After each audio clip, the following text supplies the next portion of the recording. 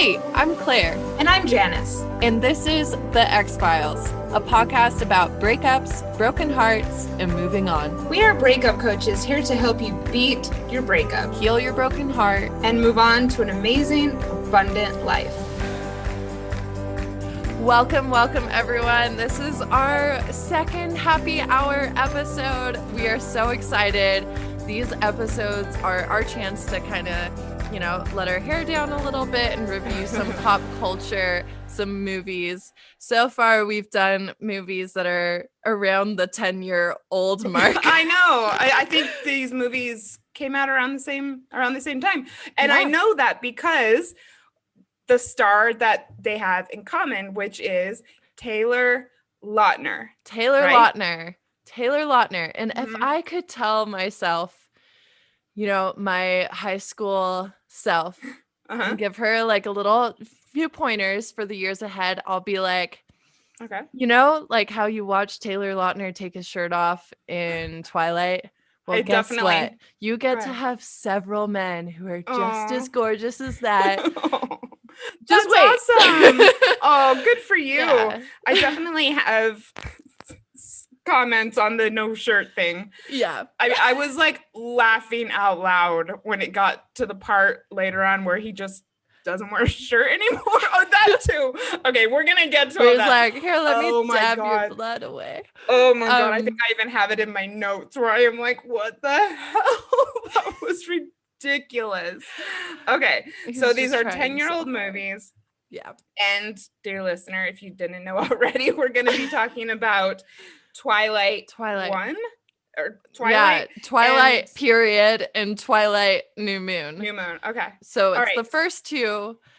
We had to subject ourselves to the second one because it actually has a breakup and a recovery from a breakup in it. So we thought it was pertinent that we review the second one. However, Janice has not read the books or watched the movies ever before.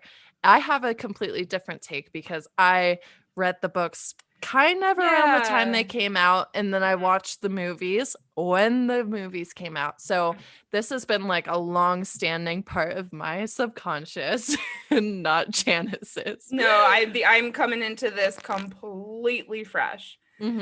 And horrified as well. Fresh and horrified. I think definitely watching the movies without reading the book, and then also being introduced to the storyline as an adult is quite shocking. Well, and as a breakup coach and a healthy relationship advocate, I know of a divorce that happened because of these books. Yeah. And so I started doing research into finding out if this was a thing. A phenomenon. And so I don't think there were that many divorces because of it, but moms and married women were hella into these books.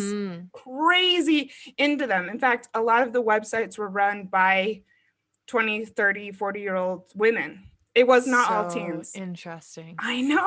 Yeah. I don't really get it. Living out the fantasy. Yeah. It's so interesting. What do you think that's about? This fantasy. Exactly. Yeah. And I guess especially if, a lot of women become a little jaded with married life, they get turned on to this. And books, movies, TV shows, these are ways that we escape. And I mean, Stephanie Meyer must have had something, right? Because a lot of people used it for just general escapism. Yeah. And I think, I've read about her journey in writing them from her perspective. And it was very much a form of escapism for her too. She was like writing at like her kids' swim practices and just like watching these conversations between Jacob and Edward, like in her head. And I think that's, I don't know how much we're going to get into it, but that's another perspective too, is that there are themes that in the books that come from the Mormon religion. really tried to make to see connections. And I read pieces that you had sent me, went down other avenues online, and first I wrote down all of the themes that people who have analyzed it for Mormon themes. That was horribly inarticulate, but how they say Mormon themes present in the film. And so I wrote them down, and then I watched the films, and I'm not convinced, to be honest. There was a couple things, but I think that people are a bit grasping for straws, but then again, I haven't read the books. No, that's awesome. Like, I really love that, and I respect your opinion on that, especially like, I mean, you have a graduate degree in English literature, right? My bachelor's is in English. Bachelor's. Yeah. Okay. And women's studies. Yeah. I do have a master's, but it's not in this. Okay. But I do have a lifelong involvement with the Mormon Church, and a degree in literature. So yeah, so you know how to analyze. Yes, yeah. I was looking for it. So do you want to talk about what we're drinking first? Okay, so happy hour episode must have a few cheers. So, you know, another way that Janice and I differ is that Janice has like these beautiful, amazing cocktails full of thought. Full of thought. I don't own a single shot glass, so I just pour in as much tequila as I think is supposed to be there, and then I put some lemonade in there and a splash of LaCroix. So if you're, it's not bad. I mean, that's a cocktail. It's a cocktail. and the bar, are you enjoying it? I like it. The bar is low. I think you did all right. Thank you. So I have what I guess is a Twilight themed cocktail, in that I really wanted to do something that was red. All right. So, and it's good. I'll say it's good. It's good. I'm not like overly excited about it, but it's solid. I will be making another one. Okay. So first I muddled lime, and I wanted to do raspberries, but they were out of raspberries at the store. So I have just a little bit of organic raspberry jam. And so I muddled it. A little cocktail hack. I love that. I gotta do that. It totally works. Put some like marmalade in my you could. And in fact, that would go well with this.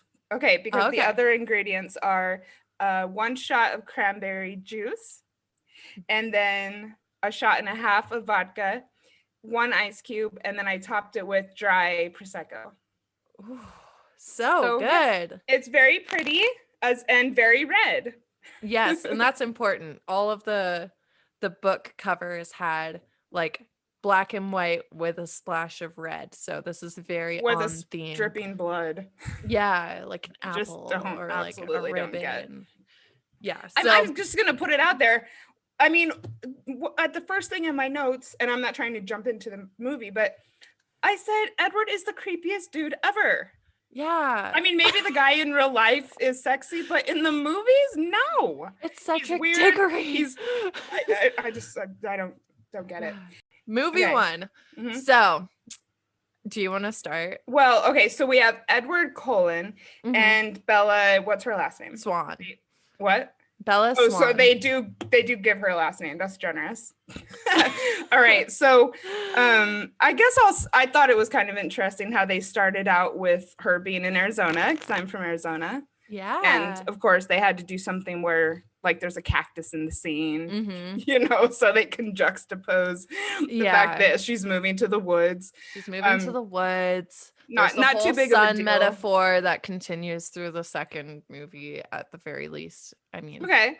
And also, it's oddly the very first thing I put in my notes was that when she gets to the new school, everyone's like, "Hey, be a popular kid," and someone goes, "I thought everyone from Arizona had a tan," and that's not true at all. No one from Arizona has a tan because hot to be outside. Exactly. It's too hot. So I really was like, what? This movie doesn't know anything. Yeah. Well, also this is like Forks Washington. It's, you know, way up there on the Olympic Peninsula. It's a small town of like a few hundred people who probably never left. So, yeah. I was So just barely watching Twin Peaks too, and so I've been just inundated with Washington pop culture stuff. yeah. Where is this Stephanie woman from? So I believe, I haven't looked this up recently, but just from pulling from my memory, I think that she was from Arizona. She was from a desert type place. She was not from Forks.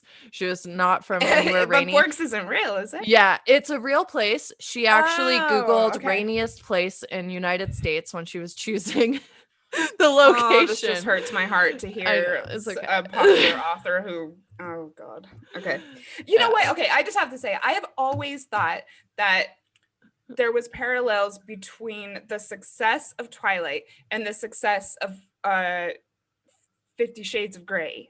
Not that I also haven't read 50 Shades of Grey, but my God, what a great happy hour episode that would be. I've watched the movie. Oh my God. And I read the book. Which is exhausting. If you read fast, it's very exhausting because there's like an orgasm every chapter. So you like do like 1 20-minute session for me, and like she's had like 3 orgasms. It's like that's debilitating. But so because neither woman sought out to become like an author, and it was kind of a bunch of luck, right? Am I correct on that? Oh, I know nothing about, is it E something James? For I don't even know.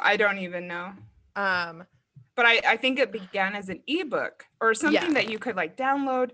And I don't know.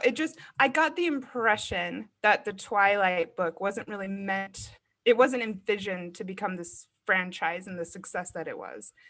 And certainly 50 Shades of Grey wasn't either. Definitely not. And I think also the reason why they're so popular, just, you know, bringing in the relationship coaching, is that women are turned on more by abusive novelty, psychos. So not necessarily abuse and psychos, but if you know, haven't experienced the things being depicted, it can be like more exciting than perhaps the sex you've personally experienced, and therefore it's kind of like this like, you know, oh my factor. Thank you, master. All right, well, back to Twilight. Okay, so then Bella is in school, everyone automatically accepts her.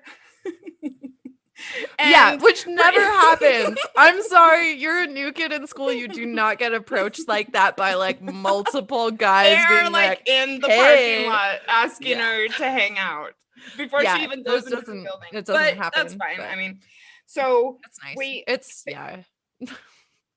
I mean, it is a fantasy, right? It's a fantasy. I fantasized that people accepted me in high school, so that's part of the turn on. Were you you weren't in the in crowd? No, I was fine in high school. I was bullied more in like elementary school to middle school. By high school, I figured out how to like fit in.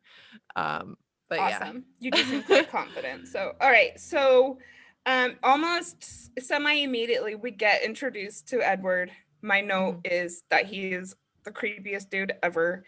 However, her friend says that he's gorgeous, and it's a love at first sight situation. But because I guess he can't smell her, he can't read her thoughts, and she smells really good. So he looks like he's in pain because he's physically trying to hold himself back from like ripping her face off. Okay. All right. Okay. Yeah. So hence the whole weird fan slow-mo thing. But go on. You know, when she walks into the room, the fan blows her hair, and he's like, boner. Amazing. Yeah. So okay. I also want to say that I loved how everything I read about this continued to refer to her as the plain girl, the girl next door. I know. And I mean, look, I guess she's a famous actress and she's beautiful. But I don't know. I just kind of an eye roll for me. Okay, so let's talk about the damsel in distress, the first of many like yes. barf-worthy damsel in distress scenes. The uncoordinated, I hate you at first sight cliche. Right, totally. Yeah. But then he's gonna come in and save her from being mangled in an automobile accident. Yes. Yeah, which I thought was gaslighting. 100%. Oh, how so? Yeah, I wrote down the quote. She's like, I saw you. You were across the parking lot. And he's like, I was right next to you. You hit your head. And she's like, I know what I saw. And he's like, no, you're wrong. Yeah, you're right. You're no one's gonna believe you. Right. Yeah, and I see like he's trying to protect the fact that he's, a vampire, whatever. But still, like it was, that was an extreme example of gaslighting, of being like, what you saw, you made it up, you're crazy. Boom.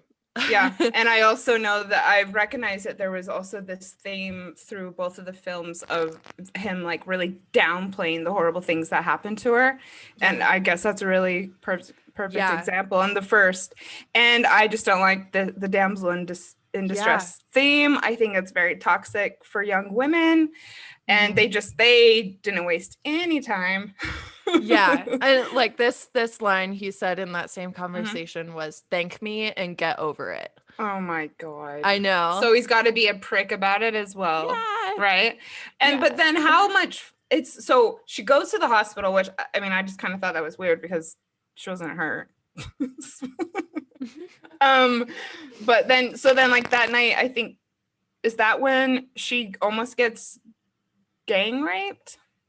It wasn't like exactly that night, but it was like soon after that right? time. Yeah. Okay. So they're getting ready for prom and she's like, I don't like shopping, but I'll go with my friends anyway. Another total cliche. Yeah. And I forgot her name, but the photographer girl, I just wanted to point out a really good part where she had asked out the other guy on the yearbook staff. And she was like, I asked him out. I took control. And he said yes to go to prom with her. And I was like, yeah, girl, you get it. Like you ask him to prom. I actually thought that some of the things that the friends from the school did were quite positive.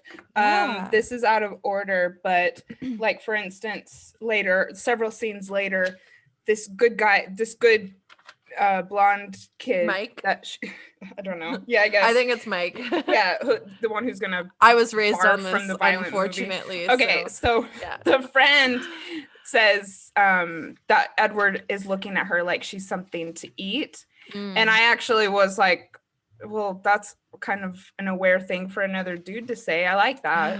Good for Mike. Like I said, out of order.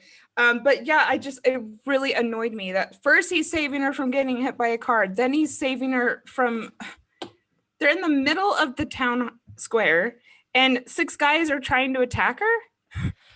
Yeah, she like ran down a super dark alleyway that no one should ever run down and ended up in a parking lot. And it seems like he was already close, like kind of stalking her. And so he heard their thoughts that were dirty thoughts. Okay. And he came to like rescue her. And it's just like underscoring that she can't protect herself. And that she needs him. Yeah. Exactly. Oh boy. I just don't even know what to say about that because I think, sexual assault is a really real thing. Yeah. And just the way that they kind of manipulated the situation to like push the plot along in that way, I did not like. Yeah. I didn't like, but it's interesting. We'll like flash back to this moment, I think, in the second movie. Yeah. Because there's a mirror scene to this where things are totally fine. Even though she was fucking stupid. But we'll come back to it. Not healthy. Okay. No. So, and then I also just didn't really like the characters. Okay, so her and Cullen, Edward. Yeah. Bella and Cullen. That's how much I respect. Okay. They are just kind of strange. Yeah. No, so super weird. Like they just talk very monotone. And I also said that you know, of course, I said a couple times with explanation points, stalking, and also that he manhandles her kind of a lot. Yeah. Like, what the hell? It just like the whole thing, looking at it from a whole, it makes me think of the term trauma bonding. How like all this shitty stuff happens to her during this time, and it kind of adds to her bond with him. And it's not that it's a healthy relationship or that it's real chemistry. It's more like all the danger and like trauma that she's going through are binding her closer with him, and it's like nothing to do with him being a good partner. Well, no. Clearly not. Also, this is going to come up a lot in my notes, but I mean, I think they just met the day before or 2 days earlier or something. Yeah, at least from for that, like, I mean, yeah, like the book gives it more of a time span, but it's still within a school year. Oh, okay. The whole thing is within a school year. It made it seem, I mean, it almost made it seem like the film is a week. Yeah. It was. I don't know about the books, but the film was. Yeah. I mean, it does seem all very close together. But yeah, I mean, in the book, it's like several weeks later, blah, blah, blah. You know? Okay. So it does spread it out a little bit, but it's still very fast. Okay, like, so he stalks her for several weeks in the books rather than for a couple days. Yeah. All right. It's bad. Do you have any other notes about that? Yeah, I mean, he says like, I was protective of you, I was keeping my distance, and it's when I heard. So he was like, it's okay that I was stalking you because I wasn't like, I care about awareness, you know, like I'm protecting you. And so that's, yeah. It's never okay for anyone to monitor your actions, no matter how much they care about you. Yeah. Yeah, so that scene was the end of my notes for the first. Okay. Oh my God, I actually have a few more. Okay, I want to go over. I'll respond. That's the end of your notes. I know, it's bad. I think that's the beginning of the movie. I know. Oh, you got too into it. Okay. Yeah. All right. Well, I have a bunch. So, and dear listener, we originally didn't realize or we hadn't decided that we'd be doing both movies. And so that's one reason I have a lot of notes. Frankly, I don't think there's enough in the first movie, though we have been already talking for quite a while. Okay. So, so he rescues her from being attacked. Yeah. And then there's this weird scene the next morning at school where she walks past him and he just follows her. Okay. Yeah. So then they're in the woods, and my next notes are hilarious to read today because I say, what the fuck is up with the piggyback rides? Yes. Those dated. Okay. He didn't say. I get that, but he didn't say like hop on my back or would you like a piggyback ride? All of the sudden she's on his back and they're flying through the air. It was slow-mo, so weird. Yeah, it was super weird. Like I remember even at the time being like, what is with these special effects? They're so fucking weird. I thought that about both movies. I mean, I guess it's 10 years later, but I mean, as far as cinematography goes, I mean, things were pretty advanced. But yeah, it wasn't because they couldn't do it better. Right. They like chose to do that, which I think is so much worse. Oh, and then he says he's gonna show her the real him, and then he steps into the sun, and he's all glittery. And I said, "Beautiful white man," because seriously, everyone except the bad guy in this movie is white. We never saw Laurent glitter in the sun. Very true. So I just thought it was a little odd, but then he kind of freaks out and he's like jumping around in the trees. And I know at one point he goes, I just didn't even get it. Like I just didn't. He's trying not to kill her, but I only get that because it's like I read this. Okay, so that's why he says, "As if you could outrun me." To her. He is talking about his special vampire powers because he can run super fast. Hence why does she care if you can run fast? I mean, he's just saying in every way, I am adapted to kill you. He's like, the way I smell, the way I talk, and like those are just a cherry on top. As if I would need that, I could outrun you easily. Like I'm so much stronger than you. All right. Yeah. I guess I wasn't making this continual connection about the fact that he wants to kill her. Okay. Yeah. So if he wanted to kill, so that's why he has to stay away from her. Which is really fucked up if you think about it, like relationship wise. I love you, but I hate you. It's really fucked up if you think I love you, but I want to eat you. I have to think about it. Yeah. All right. Okay. Oh, and this was a quote that I wrote down. Your scent. It's like a drug to me, like my own personal brand of heroin. But they're playing it off as if this is passionate love. Yeah. I mean, I have heard that heroin is like the best drug to do. Like, in terms of how you feel. I mean, it fucks your life over. Right, yeah. You know, yeah, I've heard people say like, hey, if I'm gonna die, like I want to do it with heroin. Yeah, I definitely heard that too. I just think that it's kind of they're playing it off like he's addicted to her and he can't stay away, and that's why he's stalking her. That's why he wants to hurt her in the end. All of this stuff. Obsession. I was gonna say obsessive love, but I'm like, no, it's just obsession. I don't find it to be love either. No, and also they don't even know each other. They just met. According to the movie. Each other. But that's the whole thing. Is he really loves her because he doesn't know her, because he knows everyone else's every thought. And he's like, oh my God. Oh, she's so mysterious. And I read it as, you don't have a voice, therefore I like you. Oh, girl. Yeah. The feminist researcher in me is like, I liked that. Yeah. All right, I'll go on. Anyway. So I was going to dive more into different critiques of literature, but we're getting we're trying to keep it into the like relationship coaching. Yes, but I didn't think of that, and that's good. And let's just be honest, some people look for that when they're going to find companionship with someone, because 100%. It feeds the need to control and power and just wounds that people have that they're trying to heal with other people. Oh, I have a personal story about this, actually.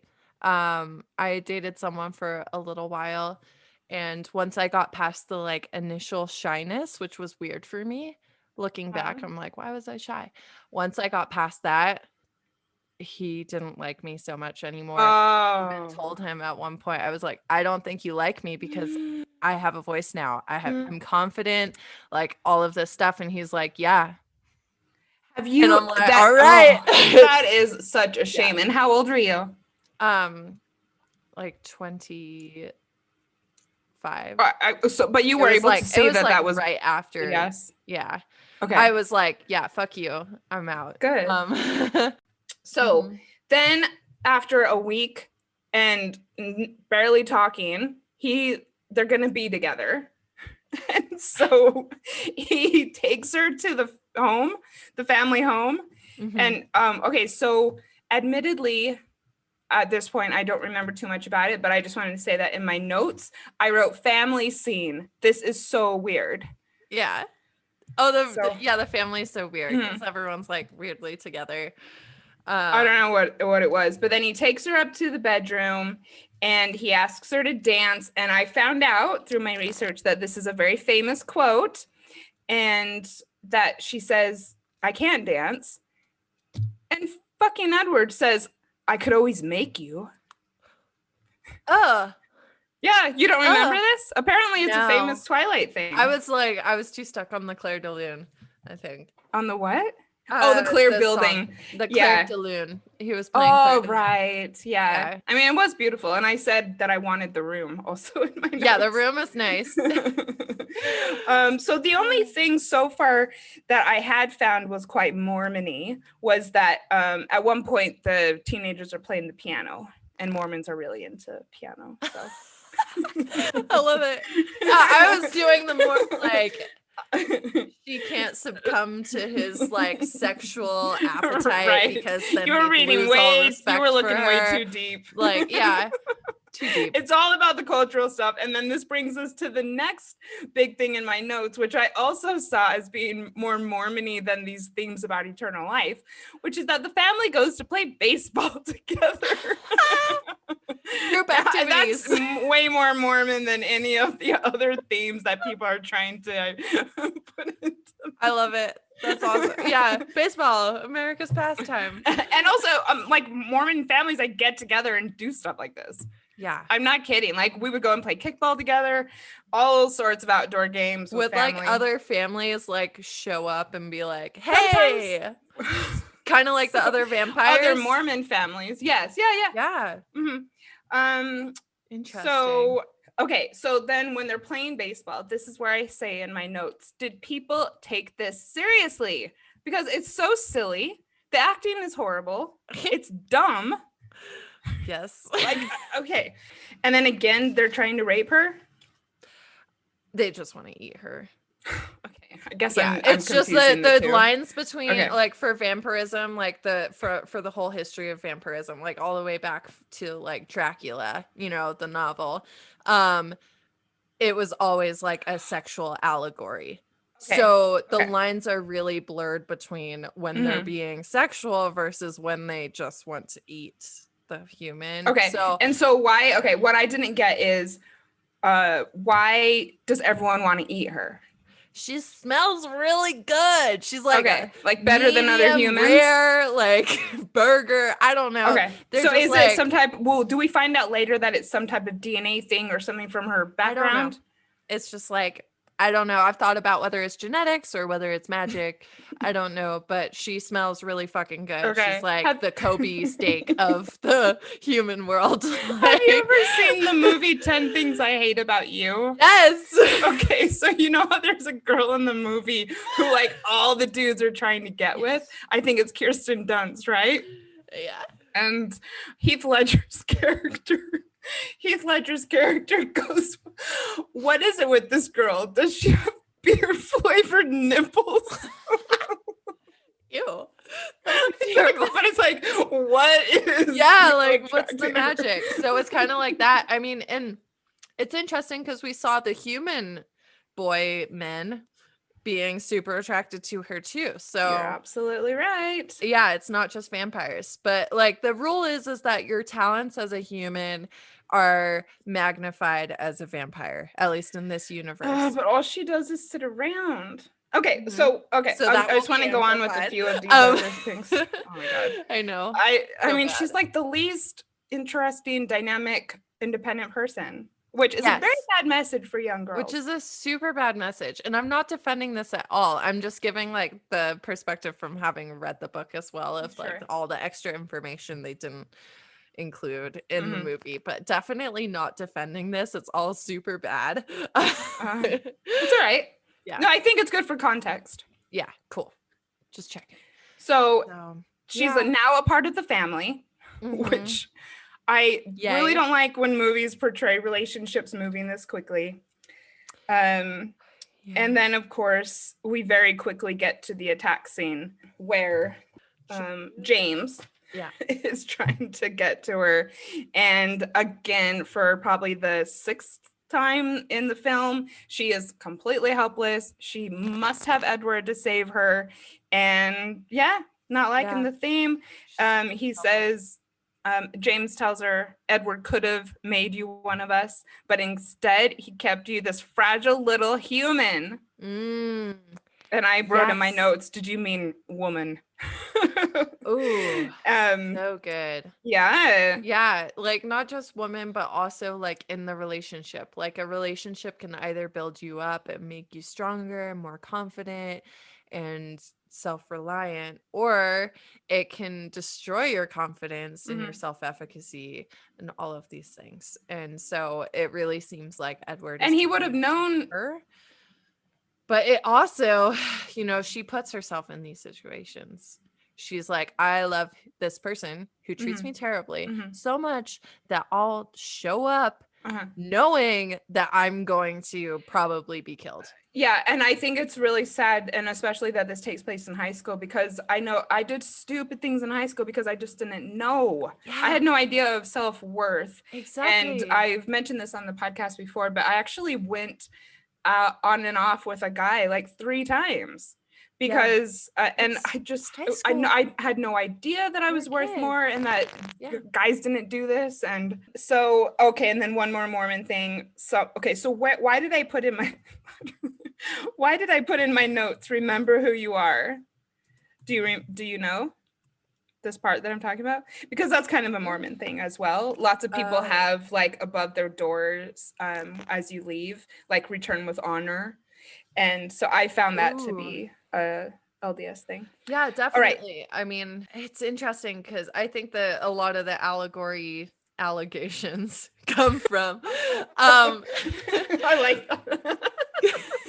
Oh man. They come from the fact that she's a woman.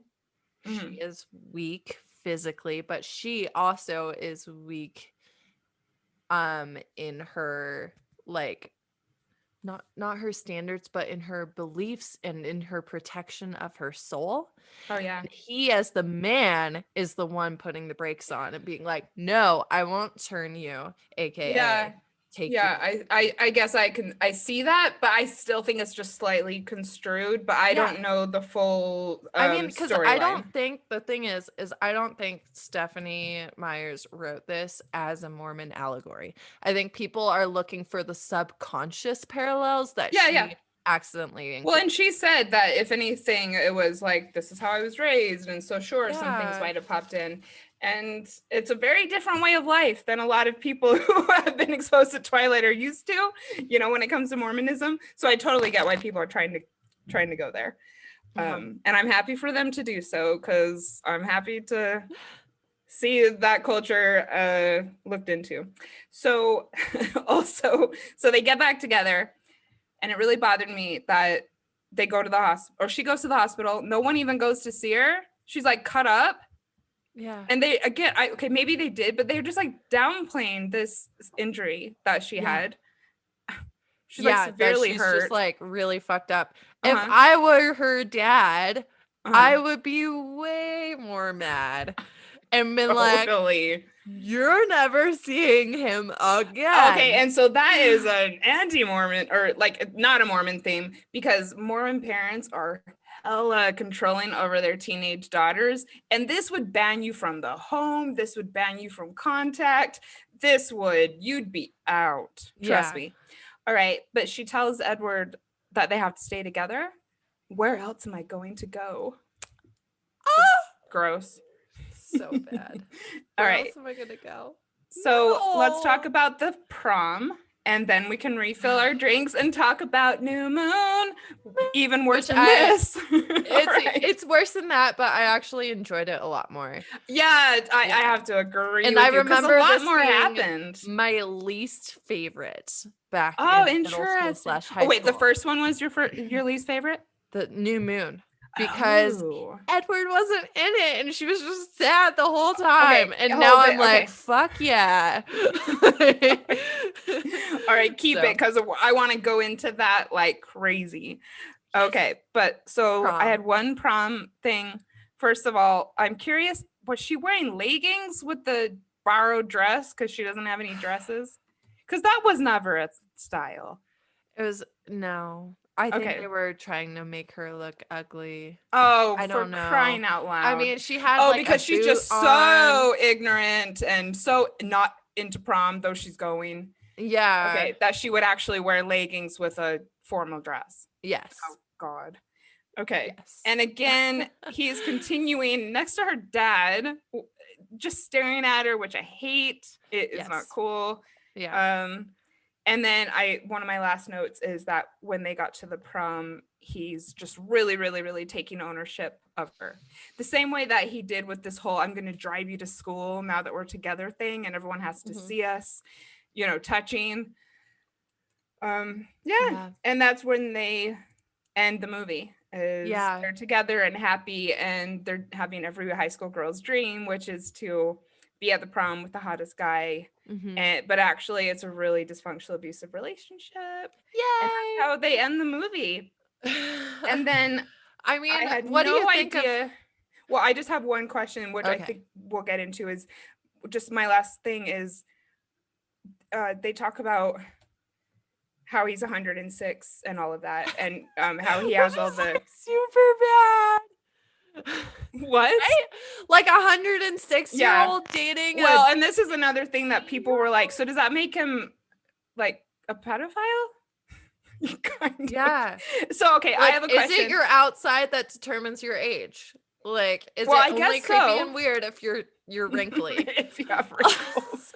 But so is she going to get old but be with an 18-year-old? So that's part of the struggle in the beginning of the second movie. That's why she's having those really fucked up dreams yeah, you're right. You're right. But I that the whole at the time you were like, oh, okay. But also with the second movie, this whole way that it opened up with this poor me bullshit. All right. Well, that was Twilight 1. And we'll take a quick break for our sponsors, us to refill our drinks in the sponsor, aka us with Anchor. All right, everyone, welcome back. We hope you liked our little synopsis, critique, recap of Twilight 1, which I think Twilight fans are going to hate me for that, but Twilight. And so one reason we decided to do the second movie was that it appeared to me that things just keep on getting juicier with these movies, and people just seem to have more to say with each passing movie. So let's dive into I feel sad New Moon and the ongoing saga between Belle. And you know what? I think it's very telling that I still can't remember her last name. But I know that Edward's last name is Cullen. Yeah, Bella Swan. I'm just like, there's so much, especially like, as we mentioned Harry Potter earlier, like, there is so much random knowledge in my brain. Like, I can name so many potions in Harry Potter. Oh, well, you know, and like spells and Bella's last name for like that one guy, Mike. Like, come on. Well, so about Mike, because he plays a bigger role, a humorous and cringy role in this film. Is he a main-ish character in the book? Yeah, he's like he's kind of always there. You know, and like if there weren't like two supernatural competitors for her affections, perhaps Mike would have done a little better with Bella, but I don't know, correct me if I'm wrong, only human. He seems like a good guy to me. He seems like a good guy. But that actually kind of pissed me off, because it's like the decent dude who's telling you that he doesn't like the way this other guy looks at you is kind of made out to be like this dorky, unattractive guy. I don't know, that I didn't like that. I didn't like that. I mean, there are a lot of ways, and what I'm about to say might piss some people off. Go for gold. Go for gold. So Mike, you know, he was during the movie scene where they're like whispering in the back, and I don't remember the other dude's name, and he was like crying at whatever they were watching in class. It's that scene where it goes past all the friends and then goes to Bella. I'm pretty sure it was freaking Romeo and Juliet. Yeah, it was probably Romeo and Juliet, because they both die in the end. Of course, it's like a metaphor, but Romeo and Juliet, right, in class. And you know, the guy on the yearbook, he's crying. The other girls, they look like they're into it, but they're not like so visibly upset. And Mike is just like falling asleep. He's like falling over.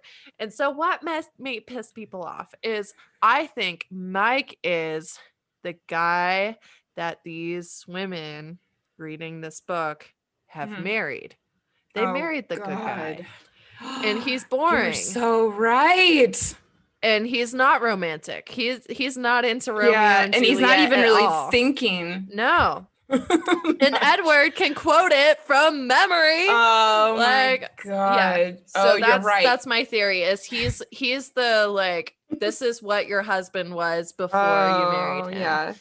And it's actually true. What do a lot of married couples say? That they don't talk and so yeah. And I guess once you get into the humdrum of life, which is one reason I'm not anxious to get married again, is you can't even really think about analyzing something as beautiful as Romeo and Juliet. It's just work, home, eat, stress. That's a beautiful point. I don't think people are going to be mad. If they are, I'm sorry. Yeah, me personally. Okay. I'm just here to shine a light, and I'm wrong a lot of the time. So I love actually that you're starting with that, because I went down a miniature rabbit hole with this whole Twilight divorce thing. Mm-hmm. And there were some blog posts from women who were saying that they're married and they're addicted to it, and that they would actually lie to their husbands about not being able to, like spend time watching TV or whatnot, because they wanted to go and just keep reading the books. Yeah. Oh, that's sad. So sad but good, but also sad but also bad. So this movie just started out with gags and eye rolls for me. Yes. And the scene that you just spoke of, perfect example. The first thing that comes to mind is what happened to him taking her to school? Like, I thought that was such a thing, because she's at school and then he rocks up. And he's wearing even more like baby powder on his face than he was in the first movie. And just like, I know that vampires aren't meant to age, but he looks like worse even. Like, yeah, no, because he did age. Edward's not a human. But why would he portraying him? You're like, oh shit! So what was like 2 years later, So he did age. Paint on his face. They're like trying to make him look young. Your time is short. Okay. Yeah. So. Okay. Right. So, and again, we're back to this theme of the age thing, which I just think is very weird. I don't even know why anyone would want to go there. It's like, maybe figure out if you like want to be with this person for one lifetime, never mind like many human lifetimes. Mm-hmm. Like, isn't that the point of dating, is to like figure, like trial run, I guess? Well, yeah. And also like, do I actually like this person? Totally. And this is what comes back to why I think it was kind of bullshit that she made this about a high school love.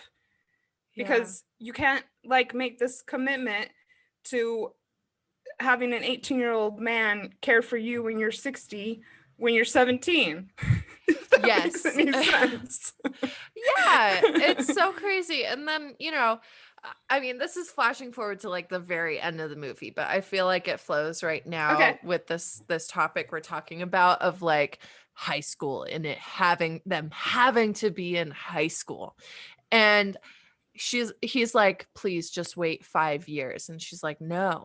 And he's like, 3 years. And I'm like, you would know so much more in 3 years. Like 3 years is nothing.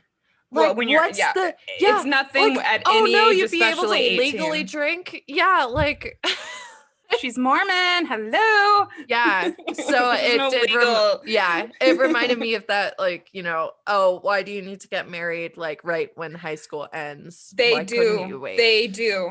But they do. Yes, lots of people do. I don't know. Not just Mormons. I know, but it is very much a thing too. Mormon women. I don't care what anyone says. They get married young. Yes. Right. So Mormon men get off their mission when they're 21, and you're encouraged to find someone within the first year.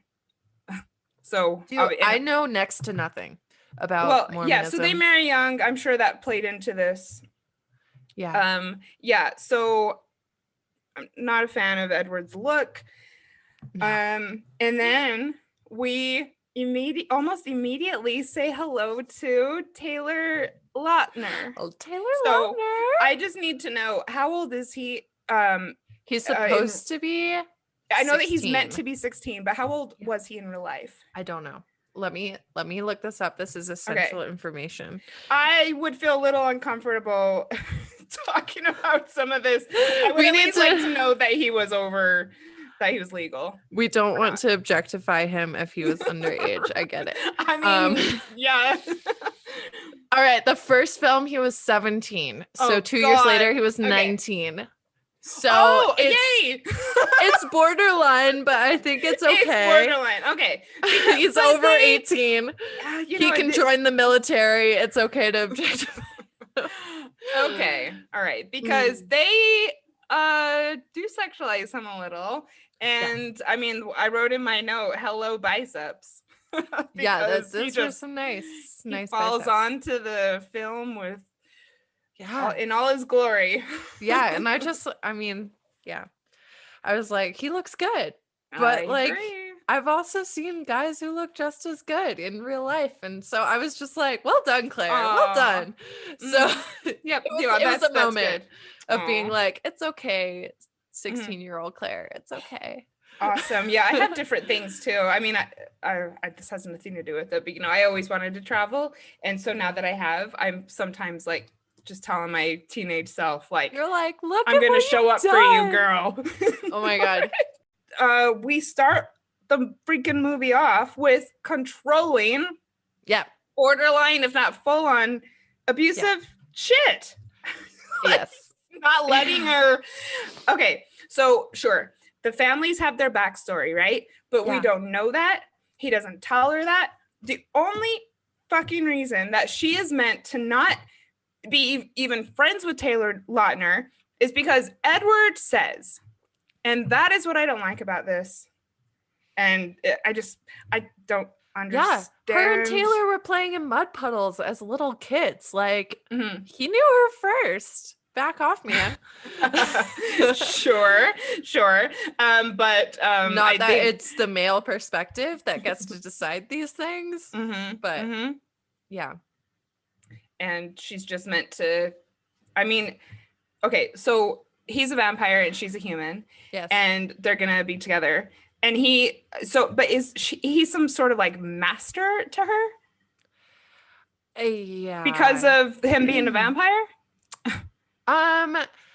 Not necessarily. He does act that way. Well, okay, he is extremely domineering, and they don't really explain. Okay, so he just is. He thinks it's like him being protective, which just plays into the she can't fend for herself thing. Okay, and it's her birthday, and she's walking around being lackluster and hating it, and he's just being like, "Don't take pictures of me." Oh boy, and she is so like. This is what's unattractive about her is her self-deprecating, annoying attitude. And he's just like kind of coddling it. And she says, you know what I really hate? Being celebrated. Man. Let's tell our teenage girls this. I mean, I'm just finishing up the book Pussy, which kind of ties into this, where it's like, a woman's power comes from her like self-appreciation and her feeling like 100%. Vibing. She calls it turn on, but trying to talk in language that won't like dissuade people from listening to the if it's like the first book you read on feminine like empowerment, it's probably gonna be pretty fucking weird for you. So okay, and obviously Pussy. It wasn't my first book on that topic, so I was really into it. I'm Regina, like, we want you on the show. Yes. Yeah, we do. We totally do. But I'm just trying to make it like, like dip your toe in, and not just like fucking scare people. Okay. But no, I mean, what you're saying, I don't think is really that provocative. And that is when you're confident about yourself, that is appealing to other people. And maybe that's why Edward just kind of went along with this really icky, unattractive way that she's acting. Yeah. I mean, I didn't even realize this, but my next note says, are these the two most unappealing people on earth? Because they're just sitting there staring at each other. Perfect for each other. Totally no, like, undynamic. Yeah. Like, they're not talking. They look bored and miserable. Everything's internal. But I mean, that said, yeah, like you have to enjoy your life. Like, why would you want forever Ideally. to be like this? Totally. And they're meant to be at like the height of their love right now, right? Because Yeah. they've been together, I don't know, a few months. Yeah. I mean, by any like normal standard, they would be. But yeah, they are seriously just sitting there and just looking miserable and boring as hell. Yeah. All right. So that's my note. So there's that. But you know, people find the people that suit them, I guess. But I guess. But yeah, it was just the like being celebrated thing, because it's like the accepted role of womanhood is to take care of everyone else and kind of be like this force behind the scenes that makes everything run right and makes everyone else happy. But like, you don't want to shine the spotlight on the person operating the set, you know, behind the scenes. And obviously we disagree with that. Yeah, obviously we do. Yes. So then we have the weird Romeo and Juliet scene. And then, so even though she doesn't want to be celebrated, the vampire family still throws a party for her. Yeah. And so let's talk about this, because my first note about the birthday party is this meant to be awkward as fuck? Oh yeah, the whole family is just awkward as fuck. Yeah, right. I think they're all just very awkward. I mean, Alice is obviously like a radiant human being. They don't give a lot of background on Jasper in the movie, but names. Okay. Just know he was like a Confederate soldier when he was turned. Oh God. And he went on like a killing rampage, and then Alice found him and convinced him to take this new life. So he actually wasn't turned by the patriarch of the Cullen family like the rest of them were. Why would she pick a Confederate soldier? Okay, so then if he was a Confederate soldier, then this was back in the 1850s. Yeah, so he's one of the younger ones. Oh my God. I mean, he's a little bit older than Edward, but Edward was turned by, I forget his name. He's the patriarch. He's the dad. And he, you know, he went straight into drinking deer blood instead of human blood. So he was raised a vegetarian. Yeah. Whereas Jasper, he knows how human blood tastes. So he has a little bit of a harder time controlling himself around humans. Hence why he was the one to fucking snap. Which I mean, we'll just get into it. Paper cut. Yeah. And then real bad after that. My note says, "Oh, for crying out loud." Because first of all, who gets a paper cut opening a present? When you get a paper cut, you was it? And also, when you get a paper cut, you don't typically like drop blood, but and then it's like all hell breaks loose. Oh, poor Bella. And it's so cringy. I know, so many eye rolls are happening right now. I was like, oh, it's on, because the first movie, although I had a lot to say about it, I guess I was very underwhelming. Yeah. And so for this movie to start out this way, I thought, okay, here we go. It's more exciting. Yeah, here we go. All right. So she gets a paper cut, all hell breaks loose, and I have to say, Edward is kind of a dick. He's a dick. He's like, a total fucking dick about the whole thing. She did something wrong. She got a fucking paper cut from a present that they gave her. And okay, maybe he's just trying to protect her, whatnot. Yeah, he's feeling bad about introducing her to the situation. But whatever. I'm not defending Edward. That was the reason given. Yeah, I don't think it's a good reason. Obviously. No. Yeah. It's not a good reason. I mean, he's meant to be protective, but that's not really protective. It's actually he's just beating himself up.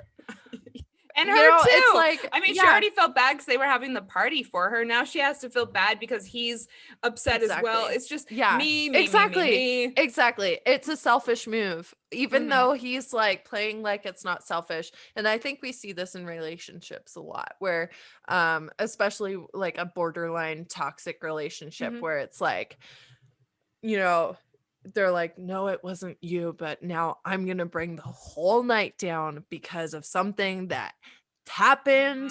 And now it's all about me instead of about you. Like, and it's like, okay, everyone has bad days.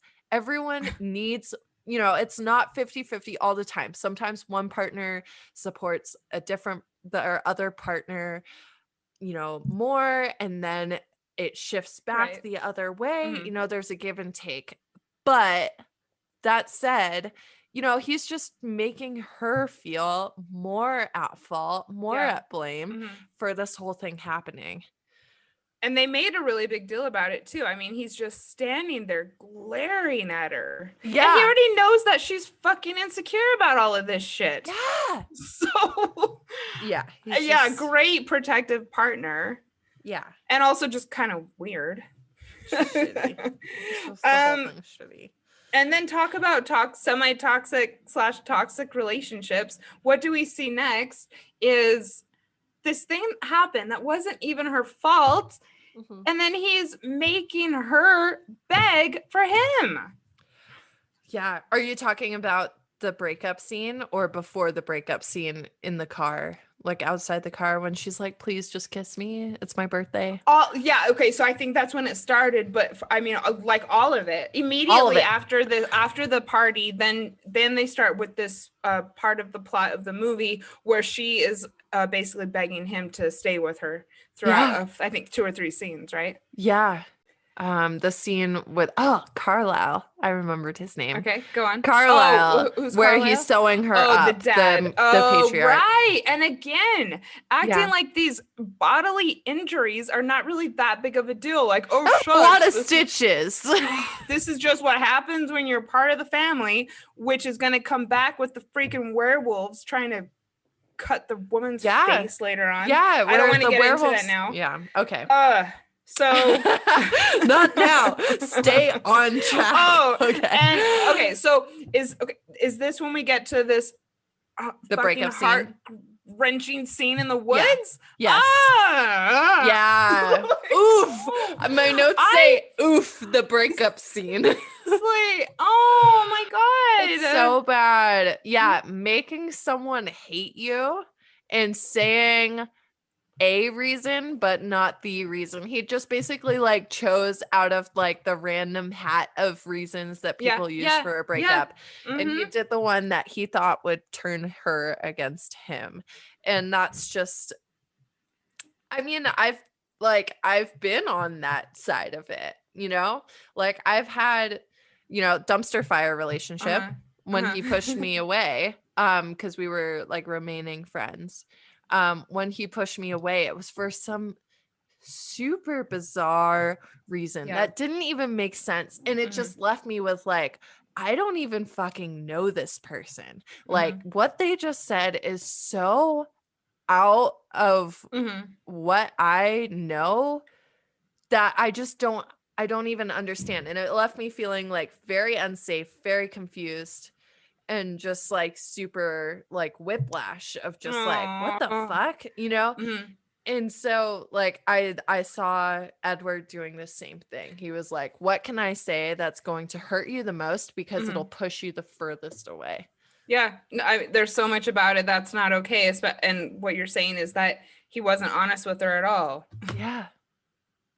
And and the fact also that he takes her deep into the woods. Yeah, what the fuck, man? Totally. He's like, let's walk. And also he knows how bad this is gonna hurt her. I know that, we are not advocates of ghosting, but I mean, he seems to have planned this out. There was no way that she wasn't gonna be completely heartbroken. And and that's okay. If you want to break up with someone, yes, you need to think about yourself. But the whole premise of this entire movie is that it's because he loves her. Okay, you don't go out of your way to hurt someone you love. Yeah, I mean, I guess we can talk about this for a minute because I guess we've already said it, but you need to tell someone that you don't want to be with them anymore. Yes. But I think it's lacking honesty, it's lacking compassion, and also, I don't know, then he leaves her alone. Like, oh God. Yeah. And it's like, you've got supersonic hearing, dude. Like, there's no way that you didn't hear her running after you. Oh, And you just I watched her know. in the forest crying and then passing out eventually. And then just bounced off to wherever And they just go, Italy. bounced. And Yeah. I mean, if you really cared about her, okay, so why is it that he was in can't... Brazil at first and then Italy, but Oh, right. He did the very typical. He was in Sao Paulo. I'm going surfing in Brazil. Okay. Yeah. So, okay, he loves her and he wants to protect her from Jasper and the paper cut. So, but why can't he leave the family? Like, why can't he say, like, tell them to bounce and he stay with her? Okay, I'm just gonna say it doesn't seem like he's prioritizing her very much. So I hope that she just tells him, gives him his walking papers, and moves on to her amazing new life. And I want Bella to get her groove back. Yeah. So that does not happen. But I do want to say that over the next, like, the montage of months that happened, she starts writing letters to Alice. Yeah. Even though Alice doesn't, like, receive these letters because they bounce back. I just want to say writing letters does really help in a breakup recovery. So I thought that was actually a really good thing that she was doing, was like processing her feelings and writing them down. Yeah, that was excellent. So good job on that. You're right. And especially because we've said this before, that it's healthy to use your journal to speak to the other person and then not send it. Yeah, and then not send it. And so this was like a little twisted. She tried to send it and it wasn't to the person that she was really thinking about, but she was still working out things that were happening. And it seemed like she wasn't shying away from being open about what she was experiencing with Jacob, which I thought was really good, because that's like, I think what can be lost when you're talking to someone who's kind of a third party is being like, you want to kind of you want to think about what you're saying. You don't want to be like, oh, well, I've met this other guy who makes me feel better. You know, if you're talking to someone who knows the first guy, you know? So what is the story with her and Alice? They just had become really close friends? They're just really close. Alice sees the future. So that's why she showed up later. Do you think that she actually thought Alice was somehow getting this? Oh. I mean, it bounced back. So, I mean, Alice could see her probably writing these things. Oh my God. Okay. Yeah, so, I mean. And so the grieving montage is what a lot of people talk about. And it was, really, really, really gut-wrenching. Yeah. And it's just totally not what normal. It was like the normalest thing of the whole thing. Except for the weird nightmares. Maybe not, but like the I haven't quite heard about this as a breakup coach, but isn't he meant to somehow be like penetrating her thoughts or something? There's something more there than just that she's grieving and having nightmares, right? Yeah, she thinks that she's seeing him when she does something that he told her not to do, which was actually very empowering, except for the fact that she's like endangering her life every time she does it. Agreed. Because he said, don't do anything reckless, which I was like, what gave you the idea that she would go and do anything reckless? She loves you so much, right? You know, yeah. So, and this is really interesting because I think we know that your IQ goes down when you're grieving. We know that you just have less concern for your own well-being because you're just so upset. Yeah, absolutely. And so it does lead you to do more dangerous things. And so for her, it turned out that when she did something really dangerous, she would be able to picture him. That's how I read it, is that she could picture him. Oh, and see, I thought that when she did something really dangerous, that he was coming out of his hiding place to protect her. Yeah. And like... That's almost, when I was reading the book, I thought maybe that he was just watching from afar. That's what I thought too, which is not okay. Like, if you're gonna dump someone, let them go. Really shitty. Yeah. And also like, wow, you're a fucking just psychopath that you can watch someone like be right. that Get on with your heartbroken. own life. Yeah. Or sociopath. Sorry. He hasn't. Well, he's probably killed someone. He's probably killed. Well, he's a vampire. So he's a vampire. Don't he's they probably kill killed people? someone. Yeah. Okay, so when you drink someone's blood, they don't die. They just become a vampire, right? You have to stop in order for them to become a vampire. But he said usually when you start drinking someone's blood, you like basically black out and you drink them dry. Right. And so they usually die. So it's really hard to turn someone. And that's why Carlisle usually did it, because he's the older vampire. He's had lots of practice and he's able to have the self-control necessary. Right. So why did Carlisle want to turn Edward in the first place? They show the scene with him in the hospital, but how does he pick people? So, I don't know how he picked Edward. I think they had some sort of relationship as Edward was in the hospital passing of the Spanish flu, which is super topical now because it's 100 years after that. You're right. And it was like the last big pandemic. Wow, pop culture pandemic. Yeah, so that was Edward. Do you think there's going to be movies with coronavirus as oh my god I know. All right, let's not go there. So whatever Edward's powers as a human was, I think it was his religiosity or something like that. Okay. And that's why he's so into the idea that his soul is forever damned, because whatever you are as a human is amplified as a vampire. Yeah, so that is a Mormon thing as well. They I forgot the scripture, but it's that whatever you are in this earth, you take with you. So all right, that's interesting. But I don't really think that they hit home with his religiosity in the film. No. Okay, so Bella's grieving. She's just staring out the window for months, and it is really sad. It is really sad. Like really, really sad that such a young woman had so much of her well-being tied up in this kind of creepy dude. Do you have anything to say like this about this montage? As a breakup coach, like where are I guess eventually she gets to the healing journey where she decides she's going to start socializing. She goes with Tyler Lautner. But for months she just sorry. It like is a happy twin hour, brother listeners. All right, so but just for months, I felt like it was almost this like grieving porn in a way of her just staring out the window, and you could just feel like part of her self has been ripped away from her. She can't function, and I didn't really like it. It was so icky, but you could feel it.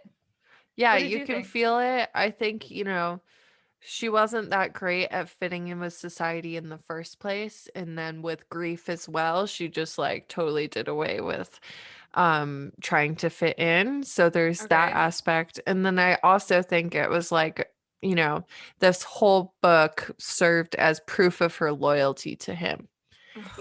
If you treat me like shit, you will leave me for months, you do all of these things, I will remain loyal. Rescue you. I'll rescue you, which is actually kind of empowering. Well, okay, we'll talk about that. We'll talk about that. But I've also seen this theme though with people who go through breakups of feeling like if they like start to get over it, that they're kind of like betraying the love. Yeah. Mm-hmm. And I think that's a thought that everyone has in a breakup at some point. They're like, I can't do this because like that means that I never truly loved them. And that's not true. We're here to remind you every fucking day that's not true. You did love them, but it's over. And it's over. And you get to move on. It doesn't mean anything about how you felt about them in the time. So yeah, and it was real, and he was a vampire who fell for you, and that's great. And he's gone now, girl. God, he's gone. So Dad, I actually I kind of liked her dad's approach in a way. Yes. Like, this has gone too far. Ton of quotes from her dad in these coming scenes. Are you ready for this? Yeah, because that's my next thing also is I kind of was saying, her dad, this is not bad, Dad. Yeah, so not only did I never notice her dad in middle school, I was just like, Bella's dad, whatever, blank. Now I'm like, oh, he's actually hotter than Taylor Lautner and Robert Patterson. That's the actor's name for Edward Cullen. Well, Bella's dad is definitely hotter than Edward. I don't know if he's hotter than Robert Patterson, but yeah. I don't think Edward is hot. I just think it's baby powder and red lipstick. But yeah, her dad was a hottie. Yeah, her dad's a great looking guy, hardworking single dad. But no, just kidding. He's really in it for the community too. I like that. Yeah, he's like, yeah, we'll go look for the bear in the woods. That sounds like a fun time. And again, I had just finished watching Twin Peaks, one of my favorite shows, and they also have, you know, this trope of the law, you know, the lawman. The lawman. Yeah, the woods lawman. So yeah, so you know, I'm with it. Charlie. Mm-hmm. Yeah, hey. So, but back to it though. There are some brilliant quotes from him that I think were not probably received very well by Bella or anyone else who would have heard them. But I thought, despite that, were good advice or good outlook. So like, it's not normal, this behavior. You're scaring the hell out of me. Mm-hmm. She's fucking screaming in the middle of the night. This is not a normal breakup, you know? Mm-hmm. Like, I feel like he's been trying to support her. And I do think about like how, you know, you've talked about in the past having people who like didn't understand why you weren't over it yet. Mm-hmm. And this seems a little different than that. Yeah, because he's like, he's invested in her progress in the middle of the night. Yeah, he's invested in her progress. He wants her to get better. Yes, but he's not being like, you know, he's saying these things like 3 months in, like, yeah, maybe you shouldn't be waking up with nightmares every night. Mm-hmm. But he didn't say it's time to get over it. It's time to move on. I'm sick of this shit. He says, you know, I think maybe if you go to a warmer climate or if you remove, like, go and meet new friends, have a new experience, it might help you. That is completely different. Help. Yeah. Yes, that's I think totally a change different of from scene telling is a someone. big deal. Mm-hmm. But I love this quote from him. Ooh. He said, he was like, this part is paraphrased and then I'll read the quote. But he leads into it. He's like, you know, when you hang out with Jacob, how do you feel? And she's like, better. Right. Like, I feel good around him. And he's like, sometimes you gotta learn to love what's good for you. Oh, yeah. You are so right. Totally. Yeah. And I have in my notes, get out there, fix the bike. Fix the bike. Good job, Dad. And I'm like, that's so beautiful. Like, and that's so true. Cause like, she's loving the up and down roller coaster of the dysfunctional relationship and blowing off the guy who's devoted to her and who like really seems to understand her and be invested in asking what she wants. And doing what she wants to do. And he seemed, I mean, at least in the beginning, he's really just kind of decent dude. Just a decent dude. Yeah. Yeah, love it. So, I didn't write what you just wrote in the notes, but I remember thinking when he says this thing about doing what makes you, what was the quote? Sometimes you got to learn to love what's good for you. Yeah, so I remember thinking that that's a very basic law of attraction thing that, you know, you go and you do what feels good. Yeah. Love it. So good. Love it. Love it. So, Oh, where she goes and does the bike thing. So we skipped ahead because I wanted to come back to the second motorcycle scene that gives her the idea for fixing the bikes. Oh, is when she goes to the movies with Anna Kendrick, who's a beast. Oh, right. We got to talk about this. Exactly. Sorry, and it's a scene very reminiscent of the early scene where Edward is stalking her and she's like about to get gangbanged in the parking lot. Not actually. Gang raped. Gang raped. Sorry. Okay, let's just make sure to differentiate. Okay. Gang rape. I am using hyperbole right now. It's totally I don't think anyone would have noticed. But yeah, she's about to get attacked. She's about to get attacked in the parking lot. So very reminiscent of that scene. She sees some guys catcalling her from like a sketchy looking biker bar, which is like, in the middle of town. In the middle of town. It's meant to be. Yeah. And so she's like, ooh, this seems dangerous. I should go over there so I can see Edward in my memory again. And so she like walks over and she's like, oh, fuck yeah, it's working. She's all and this badass. One guy is like, she seems weird, but I'm cool with it. She seems weird. I don't think that's what he was thinking, but I mean, he was kind of like, who are you talking to? Never mind, just get on the back of my bike. And you know what? They ride off. She says stop. He stops and then deposits her back at the biker bar. Perfectly unharmed, which is not a lesson to go and do that yourself. Please, but please, girls. It's just like kind of like we just like blew right past the fact that she was totally fine. Yeah, and I was thinking in the movie like did I miss something? Or so that was it? They just drove down the block and he took her back? Yeah. Okay. I have to say riding on the back of a motorcycle, very scary. But it is. Yeah. And also adrenaline. No helmet. What the fuck are you thinking? Wear a fucking helmet. That's our advice for us. But he's a I don't know if the word professional biker is appropriate, but he's a biker. It's a bike. So. That's his identity. He knows what he's doing. I don't know. But they do this weird thing that I thought was going to go a little farther than it did with making her out to be this adrenaline junkie. Which, like, for instance, going to see the weird, scary movie, getting on the back of the bike, cliff diving. I thought it was going to go a little farther. But where did you think it was going to go?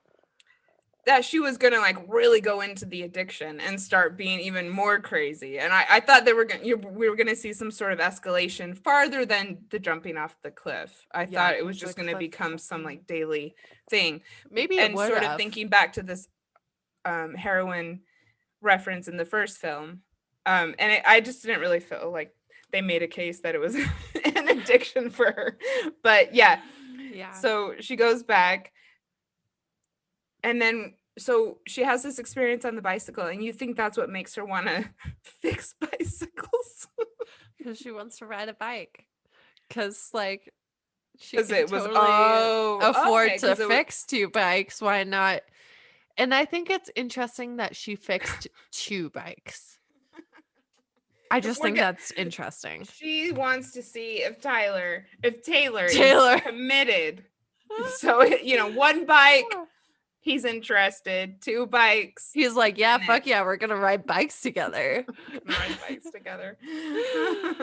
Yeah. So this is getting to one of our favorite points. Okay. So Dad goes and buys her bikes. I don't know. Like, let's see what. So it's Jacob, right? Yes. See if this gets him. And so she rocks up to his house. She has bikes. They start to fix them. Of course, they do fix them and they go riding together. Yeah. Yeah. And what happens? Literally drives into a rock. All right. So first of all, I did this my first time riding a motorbike by myself. Oh my God. I just started and just immediately went into something. Yeah. So I've only ridden a mini motorcycle by myself. Do it. Don't do it. Just have someone else drive you. All right. Or do it, but like make sure you get like trained and you wear all of the proper safety equipment. Yeah, I don't. Yeah. If you're passionate about becoming a motorcyclist, don't let us stop you. But I say err on the side of four wheels. Yeah, and never use the front brake on the way downhill on a gravel driveway. Oh my god. So, all right. I want to tell my story, but we don't have time. It was in Bali, and it was weird. Bali. Right. I mean, you have to there. I think you kind of have to. But you can get a driver. And okay, so a lot of people who maybe have different like motor awareness than I do get their own motorbike and scoot themselves around.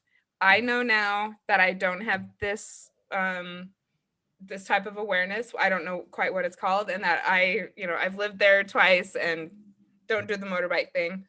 Okay. I hire someone to do it for me. Okay, yeah. But so she gets in a crash. What do you know? Oh my god. Bella needs to be rescued by Jacob. She needs rescuing again. Okay, so of course he goes to rescue her, and I mean he thinks she needs rescuing, I guess. And so what does he do? Oh, he takes his shirt off. Okay. For a change, sexualizing himself rather than sexualizing takes her. Off his shirt so dramatically, and the shot is just angled so that that was the whole point of that whole scene. I understand that, but it was so over the top. Yeah. Oh my god. And he just has perfect everything, and it was just the biggest eye roll, and I was full on laughing out loud when he took his shirt off and what was the point even? Because she had a wound? It was to like dab the blood off of her face. She smashed her head into a rock, to be fair. But I don't think a shirt was gonna fix that. Like, what the fuck? It didn't do anything. But I think I remember at the time there was a lot of hype about Taylor Lautner being super hot and wanting to see him shirtless. I think he's still. Well, apparently, I don't know what him he's doing being shirtless is a thing, because after he becomes a freaking werewolf, it's part of becoming a werewolf that you don't wear a shirt. Because it was because when you turn, you rip all your clothes off. It's like the Hulk, but not your jean shorts. Yeah, weirdly not your shorts, just your shirt. Oh my god! I just looked up a picture of him now. Okay, please don't tell me he's like let himself go. This is in 2009, but in 2009, okay, of course he was hot then. Let himself go a little bit, but he is letting himself go. Let's see. That was in 2009. I'm like, I want 2021 Taylor Lautner. Let's see. I mean, he's still great looking. I mean, I don't know what you want, but you don't know what I want. He's still acting it up too, but hasn't appeared in shows or movies for years. Taylor, you can come be on X-Files. I mean, honestly, he probably just like invested smartly, like, and didn't spend all his money. Good for him. Good for him. Yeah, that's fine. He's got a great face, though. He's going to be all right, one way or another. Yeah, exactly. One way or another. We're rooting for you, Taylor. So, movie night. The good Mormon guide from the high school I was very impressed with this. He says, so now you're back to normal. You're doing better. You're sitting with us at the table again. It seems like you've healed from this. I would really like to take you out. Mm-hmm. I was like, this is good. Mm-hmm. Communication. He's respecting her time, and he's being upfront saying, I'm interested in you. Yeah. Right? Wow. Okay. Communication. Yeah. I like so Mike. Boring. I like Mike. I don't like the way that they treated him. Okay. No. So first of all, she says yes. She's going to get herself out there. And so, but then she says she wants to go to a horror movie. And he says he'll go. But I think that he's meant to be a Mormon. And so he's not allowed to go to R-rated movies. So that when they get there, he has to actually leave. Yeah, we're not allowed to watch R-rated movies. It's like forbidden. Forbidden. Yeah, it is. You can get in big trouble for it. But obviously, oh my God. Yeah. And was there like a were there like the bad guys who like went to R-rated movies anyway? A little, but it's so explicit that not really. Same with like the different like coffee and beer. Like once in a while, kids might try it out, but it's not something that would happen often. A little, and especially once I got into college, I like would look at R-rated movies once in a while, but yeah, here and there. Yeah. But you probably would confess, I would say. And so I think that that's why they put this movie in there, and that he actually is so shocked to the point that not only does he have to walk out of the theater, like what the hell are they watching, first of all? And then he actually starts puking. Yeah. He is like that disgusted with violence against other humans.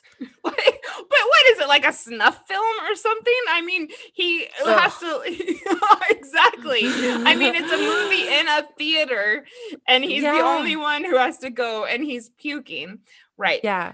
So, and then Taylor says, what does he say? You want to go to a hospital? You want to fight me? Okay, so that was his werewolf starting to activate. I know it didn't make much. When I was watching it, I'm like, yeah, this is not very clear what's happening. He just like randomly goes 0 to 100. So like one of the symptoms of becoming a werewolf and having that gene activated is that you get super fucking angry. By a very random thing.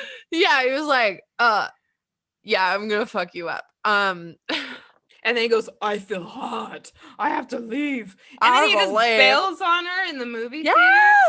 Immediately letting her down. Immediately being like, I'll be there for you. I gotta leave. I hope that Bella doesn't have very high expectations of men at this point. But like she's learning that she shouldn't have high expectations. I think that like when you have two back-to-back like quite deep relationships, and I think the one after a terrible heartbreak can be quite deep because you're like learning to trust again. And so if that person does the exact fucking same thing that the first one does, you're learning this is just how it is, whatever they're saying. So they both said, I need to leave in order to protect you. Like both of them are saying, I won't let you down, and then letting her down. You know, so like there's definitely some like trauma and some learning happening there that is not like she even traumatized? Because she just keeps it doesn't even seem like she's affected by any of this. She just keeps going along with it, because then what is the next thing we know? That she's now begging Jacob to stay with her. Yeah, I mean, that's the interesting thing, is that when he was there, she was kind of like happy that he was there, but she wasn't fighting for him. And when he starts to draw away is when she shows up and is like, don't leave me. And I think that's like a trauma response. Okay. Of being like, I'm always left. I need to fight to have you to stay. Okay. You know, because I think it's like it can lead to you like feeling like you're crazy and doing things that like you wouldn't typically do. So like going and like begging for someone to stay that you were kind of just ambivalent about having around in the first place. So you could say that Jacob was the rebound who she became connected to. Yeah. All right. Because he, even though it was like not a sexual rebound, it was just like a companionship rebound. I don't know. I think she might have had it in her mind. I mean, why else would he? Totally. Why else would they have had the scene with his abs and pecs? I mean, she says at the movie theater, I don't want you to give up because I don't want you to go anywhere. That's selfish of me. And she's like, I know it's terrible, but like, I don't want you to leave. And so I don't want you to give up on these romantic aspirations with me, even though I don't want to have those with you. I mean, I guess so she's like, to her for being honest. Yeah, good for her for like, wow, like that level of want to use self-knowledge and reflection is really impressive. Like, good job, Bella. But yeah, it is shitty. It is selfish. Yeah, so All right, so I'm glad we covered the movie scene. I could go on a little bit more about it, and also I just want to drive back home. I don't like how they humiliated Mike. Yeah, poor Mike. Also, how bad can a movie be that you're puking? Okay, so then Jacob bails on her, and she goes through the same fucking thing of no one loves me. I can't be without a man. Okay, one important distinction between the two, because we were saying how they both left her in similar ways. Jacob says, I'm not good. Okay. Edward says, you're not good for me. Oh, it was a very similar parallel of words, and I thought that was really interesting. Right. You are so right. He was very blaming of her. Yeah. Faces all grimaced. Exactly. And Jacob was like, I am literally protecting you. I'm not good. But then, I mean, also I noticed that he wasn't really like, I'm protecting you. I'm just saying like, I'm not good, and kind of like, I don't do love. Not like this really has anything to do with you. Whereas Edward was saying this is all about you. Yeah. Right? Yeah. No, that's so true. For sure. Yeah, so I just thought that was interesting wording. I didn't want to like skip over. No, that I'm really glad you're making that point, because I do remember thinking that. I don't think at any point Jacob said this is about you and my attraction to you. This is about like my path and what I've discovered about myself. We're going very deep here. Okay. Yeah, we're going. But she is not gonna give up. Bella is all about her man. Yeah. And she goes and she figures out where he is. And now she kind of becomes stalkerish. I mean, let's just say it for what it is. Yeah. Okay, so she goes to his house and she finds him in the woods. And he's running around with the bad boys. With the jean shorts. With Sam. Evil Sam. All right. She's like, he got to you. And she goes and actually slaps Sam, right? Yeah. Which, I mean, this is one of the only times that we really see her express herself in this way, if I'm correct. Yeah, have a little bit of an opinion. Go Bella. Yeah, and so I think it's interesting because the person you're with will bring out certain aspects of you. With Edward, he brought out the aspect of her being docile and doing what he told her to and needing protection. And with Jacob, she had power and she had that part of her activated. And you know what? Her and Edward only ever sat around staring at each other. Exactly. She knows Jacob way more than doing crafts and going to movies and talking. Yeah, she like knows him so much more. So I think we're both team Jacob, because at the time it was like team Jacob, team Edward. Oh, really? Okay. Yeah, it was like what side are you on? Yeah. Well, so hello, the guy with the freaking pecs. Okay. Yeah, so the cliff diving. So it's really interesting. Just keep in mind when you're going through a breakup, you're not thinking straight. So and this can be for months. What can you think of something crazy that you've wanted to do post breakup? Yeah. Just share one and I'll share one, and then we'll get back to Bella's, which is cliff diving. I'm a pretty like soft person, pretty forgiving of people's psychological tics. True. Oh my God. I want to know now. I know. And I during a breakup recovery, I applied to the police department because I was like, fuck it.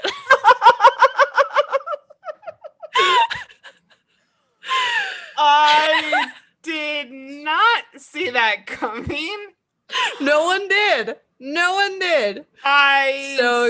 Speechless. I know. I don't know. Speech. Honestly, looking back, I'm like, yeah, that was a weird time. What? Yeah. So, my God, I'm not even gonna talk about any of mine. Even. They don't come even close. All right. So Claire is gonna become a cop. I cut my hair. Yeah, no longer. And no longer. Okay, no, I know that. I know. And Bella is gonna jump off the cliffs. So yeah. All right. So what is this point where she is saying, I actually do want to be with you? And he says, what if I got mad at you? And then he goes into the story about the face. All right. Yes. This made me so angry. I know that, you know, there's only so many regulations on films these days. However, I'm a little surprised that shit like this is allowed to be put out there, because it turns out that woman with the half face has a half face because her partner, who she's still with, got angry one day and attacked her. Yes. Mm-hmm. Yeah, Emily and Sam. Mm-hmm. So, still engaged to be married. Right. And she's making even them after muffins. She's making the muffins. Mm-hmm. And it's a very extreme depiction of he wasn't in control. He didn't mean it. Yeah. Mm-hmm. Mm-hmm. Yep. Which I can't shocking. imagine. I don't know who makes decisions about movies, but this is the complete opposite of a message that you want to put out there to men or women. Yeah, they're romanticizing they are saying abuse. She stayed with him despite his little slip here. Yeah. Yeah. And like, it was obviously a big deal because Jacob was like, I don't ever want to do that to you. That's why I was pushing you away, because I don't want that to ever happen to you. You know, and so like it was a big deal to everyone else except for Emily, you know, and that's very much romanticizing. He was drunk. He was upset. He was stressed it's out the same thing work. of blaming alcohol or blaming werewolfism. Like, it's still the fucking person you're with. Don't put up with it. Oh, boy. All right. And also the fact that Jacob says, like, I could do this to you as well. They're normalizing this completely. Yeah. All right. So then they're talking at her house. All right. Now things are going to start picking up. All right. Oh my God. As if they haven't already. So the landline rings and Jacob picks it up. And of course, on the other line, we've got Cullen, who just as soon as Bella is happy, is calling to check up on her. Of course. Yes. Can't just let her be. And so he calls and Jacob's like, Charlie's not here right now. He's planning a funeral. Right. And so that just confirms what the worst fear was. Okay. So then we get to this dramatic scene with some festival where everyone is wearing red. And all we know is that Edward is going up an elevator and he's going to drop himself off, because even though he's dumped her like a freaking hot potato earlier in the film, he can't, even though he's in another country, the fact that she's dead leads him to not be able to go on. Yeah. Horrible messages to send to teenage girls. And Terrible. Just as he's okay, and I have to say, even more baby powder and red lipstick the next time we see Edward. He's looking bad. He's depressed because Bella's dead. He's all gone. Yeah. He's all gone. Very much so. And you know what I noticed? What is the bone down at your your hip hip bone? You know how sometimes when men are really chiseled, they have that really defined the V right there? The V cut? Yeah, he had the V like crazy. And so did his V cut come out over Jacob's? Jacob's just had better biceps. He had better everything. Everything except V cut. Well, I don't know about relationship skills and whatnot, but yeah, I would take Jacob's pecs over Edward's V. That's a gif in the making. Okay. Yeah. Here's the secret though. No amount of physical beauty will make up for being a bad partner. Absolutely. Yeah. I completely agree. I have had it both ways. Yeah. I promise you. Women, I don't want to go into this, but the abuser was Yeah, breathtaking. And yeah, it does not matter. I don't care how good Edward's V was. I don't like him. Doesn't make up for his shitty attitude, okay? No. And what is this? Okay, so it is abusive to tell your partner that you are going to kill themselves if they don't stay with you, if they don't do what you want. That's so the fact that abusive. It goes from I can't be with you because you're not good for me to I am going to end my life. I don't even have words. And then she goes, and even though they haven't been in touch for a year now, he left her in the woods alone, put her in all these vulnerable positions, hasn't reached out to her once, yet she is going to go and do this great thing for him. Yeah. Right? Yeah. And I think that's part of the appeal of Twilight, is because it satisfies all of those like fantasies you can have when you're going through a breakup of, this person was lying when they broke up with me. They don't really mean that. They do actually love me. If I show them in some grand way that I will remain faithful, no matter if they're in it or not, that everything will turn out okay. And there's all these different themes too about women, especially, who have codependent tendencies, where you stay with abusers, where you stay with people because they have mental illness, where you stay with people because they have substance abuse issues, and you make all these excuses for staying with someone who's making all of these horrible decisions on their own. He was the one who cut her off. He's the one who decided to stay with his family. He's like, I mean, this has nothing like really even to do with her, but she is going and rescuing him from his own bad choices. We opened up, I think, the episode, or at least this segment, with gaslighting. And oh my God. So when she prevents him from jumping and they get back together and he says all of this BS to get, rope her back in, something that really stood out to me is he says, "You believed me so easily." Yeah, what the fuck, man? Yeah, I was so mad about that. What the hell? Okay, you are not meant to be tested in your romantic relationships. You abandoned her, and now you're blaming it on her. What did you want her to do? She went running after you in the woods. Yeah. She begged you not to leave. She proved her loyalty to you in all these different ways. She has had bodily harm done to her.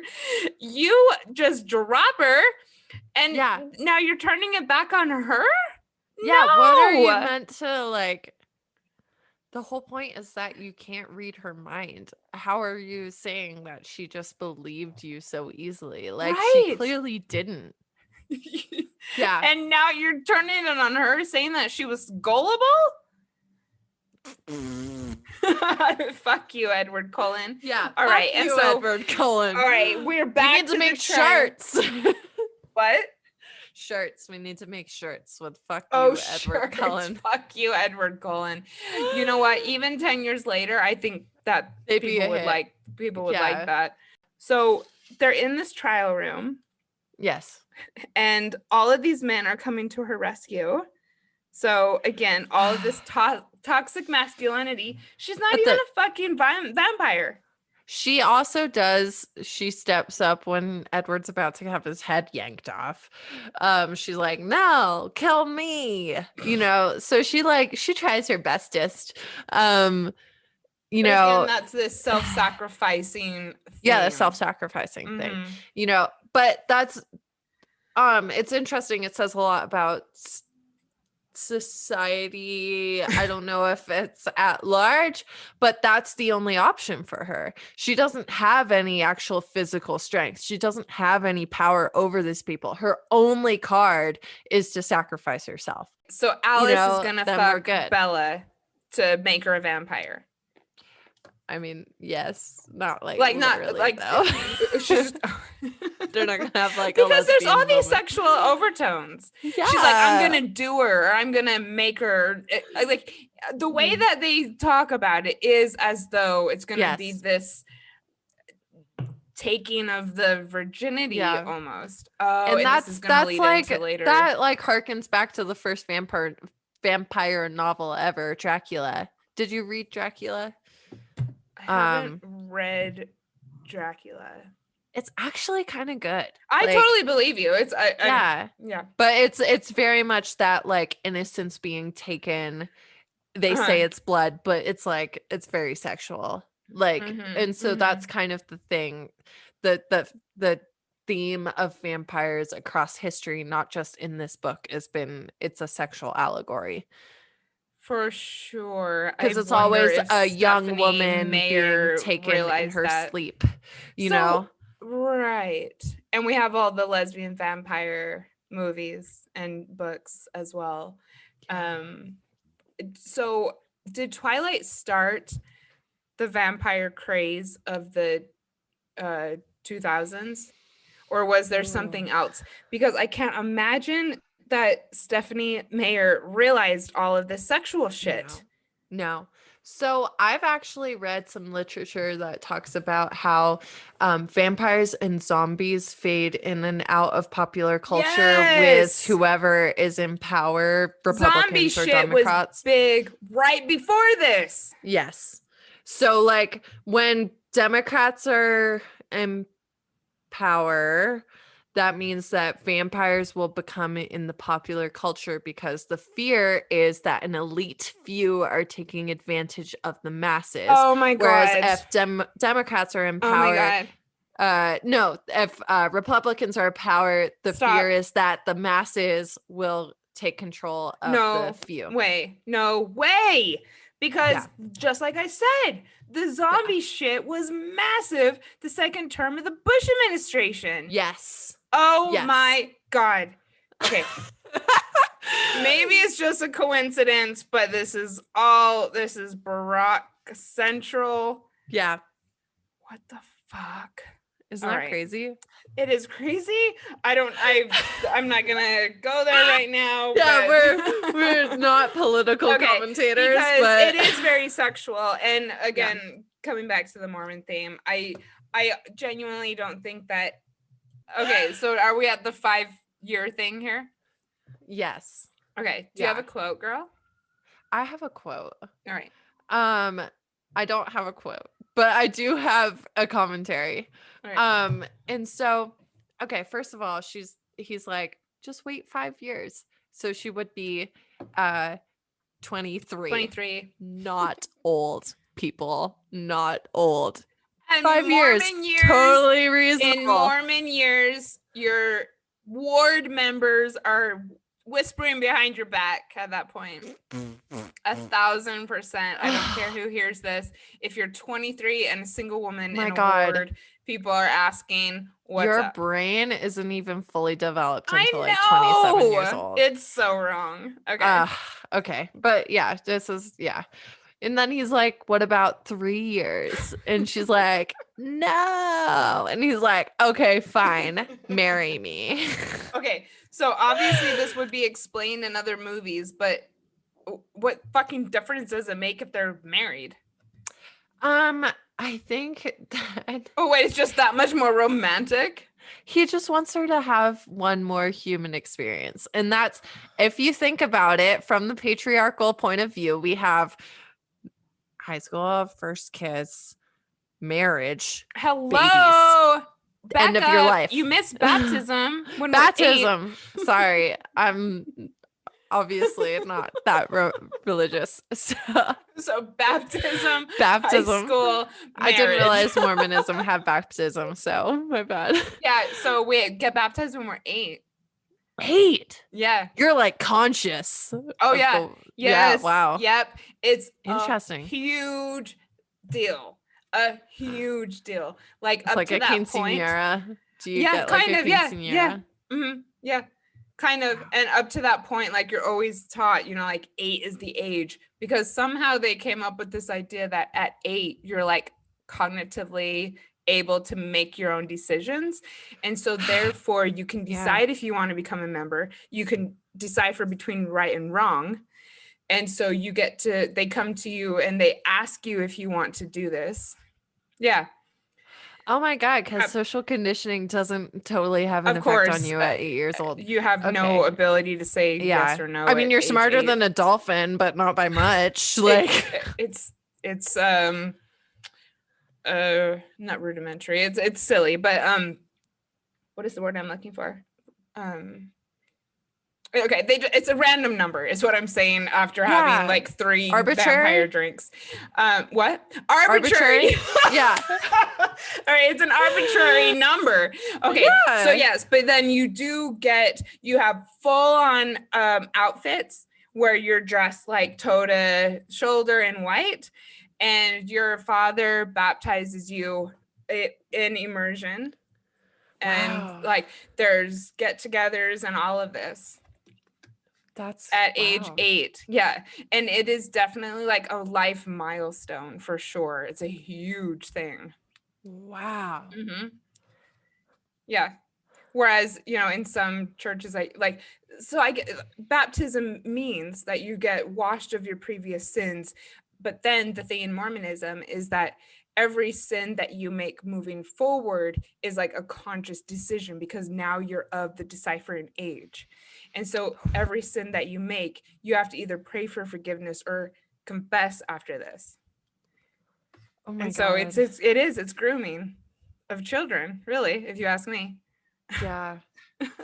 And we could get into a bunch of stuff, especially considering that all of these confessions take place in rooms behind closed doors with grown men and 8-year-old children and up. Onwards. Mm-hmm. Yeah. Oh man. I know. It's crazy, and people don't know this shit. No. About us. Mm-hmm. Yeah, there's not. I mean, I didn't really learn anything about Mormonism. I mean, well, yeah. I am educating you, and I'm educating our listeners, and exactly.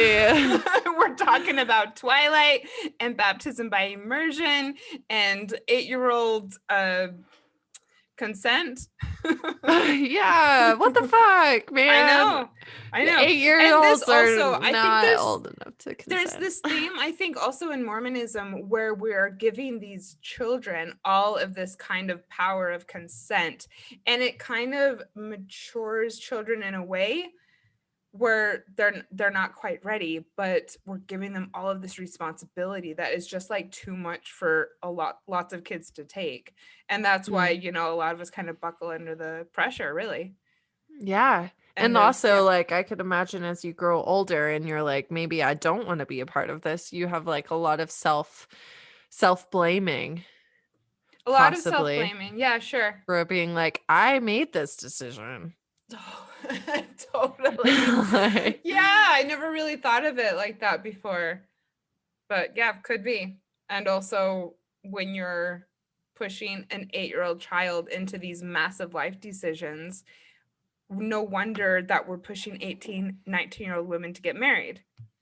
It's almost like being turned into a vampire for the rest of her life is less of an issue than getting married, because remember, her parents are divorced. And you'll see none of her family or friends like the fact that she's back with Edward. They're like, oh, he finally left you, and he's a terrible person and obviously doesn't treat you right. No one likes the fact that she's getting married with him. If sucking the blood of someone is an allegory for sex, you should be married before you suck someone's blood. But why then does he want to wait 5 years? Because he wants her to be human and have like human experiences. Then why does he even want to be with her? If she can't go off and be a normal human if she's dating a 18-year-old vampire. Yeah. I feel. So again, this is this cloaked, I'm doing you a favor, wrapped in toxicity. And she's like, clearly I'm not that great at being a human. Like, turn me into a vampire already. I need some help. Okay. And he doesn't want, we never said this. Why doesn't he want her to be a vampire? Because it means her soul will be damned to hell forever. But if she lives forever, why does that even matter? This is exactly the thing about why sex doesn't matter after marriage and somehow it does before. Okay. Yeah, no, I see what you're saying. Yeah, it's like you're not a slut if you're having sex with your husband. But you are a slut if you have sex with your boyfriend before he becomes your husband. Yeah, obviously not what I agree with, but no, totally not. Like, try it before you buy it. If there's something that defines Mormon culture, it is this. Yeah. You have no idea what happens to young Mormon kids who have sex. It is I can think of a few cases where I know that it happened and it wasn't good. It's like, this is what I can't think of one message that was more pounded into us than that you save sex for marriage. Yeah. And we're not even talking like, in the Catholic Church, you don't use birth control, but everyone does. You don't do this, but everyone just kind of laughs at it. Yeah. This is serious shit. People take this extremely seriously. There's very few cases where people will break it and keep it to themselves. And so I think that when it comes to the Mormon themes, this would be the main one, if not the only one, besides the baseball playing with your family. Baseball and sex, Mormonism. And also that he was playing the piano. And piano. Right. Oh, that's so interesting. Yeah. So that's my perspective on. I think that's a wrap. Do you have anything else to say? Yeah, I think we're good. And just if you find yourself forcing someone into a relationship style that they are not down with, that's probably a style. Yeah, I mean, when you look at it very broadly, that's what's happening. Is he's like, you should be in this relationship style, and she's like, no, I want to be super committed, and he's like, I want to be open. Or I want to be a vampire and have you be human. I want to be a vampire. And leave you for a year. And okay. Exactly. Yeah. So it's all about actual compatibility, I guess. And she's like, I will become compatible with you. Well, they do. They become monotone people who just stare at each other for fun, according to the beginning of the film. Which is really weird, but all right, I don't think that this is a good representation of healthy relationships. No. I don't think that these are good films for women, especially girls. Yes. I was semi-entertained, but because I thought it was laughable. Thank you, Stephanie Mayer, for the journey. Thank you for everyone who stayed with us through writing all this the past several hours. And all right, so I want to drop with, we are into analyzing pop culture. We just started a segment. It's called Breakup Ballad, Toxic or Empowering. Yes. So we want to hear from you about shows, movies, songs, and that you would like us to analyze. We're going to be doing, I think, a happy hour episode every month-ish or so. So send us your tips or preferences or faves. And if we can watch Twilight, we can watch anything. So, tell us what you want us to watch. We might. I won't do scary movies, though. I'm a total weenie. I will not do scary movies. These types of things have an impact on the psyche of people. Yeah. And so I'm really glad that we did this. Totally. And I'm kind of sad because I just keep seeing these things played out in the people I'm communicating with. I blame all of my relationship issues on Twilight because I totally read it as a middle schooler. So, everything I've ever done wrong, it's Twilight. Twilight has a poor effect on, I think, people's perception of what chemistry is, what true love is, what loyalty is. I think it's all pretty bad. Loyalty is staying in a relationship with someone you care about. Loyalty is not fucking trying to prove yourself to someone who treats you like shit. Yes. That's codependence. And I think that's the last thing that I'm going to say, except that that's a wrap. Yeah, we should probably end this. All right. Thank you to everyone who stayed with us. We want to know what you think. And Thanks for listening to X-Files, a podcast about breakups, broken hearts, and moving on. If you liked this episode, Tag us on your Instagram story so we can connect with you. And you can find me, Claire, on Instagram at Claire Lofthouse. And me, Janice, on Instagram at Janice Formicella. If you'd like to join our online community, find us on Facebook at Breakups, Broken Hearts, and Moving On. Talk soon. Bye.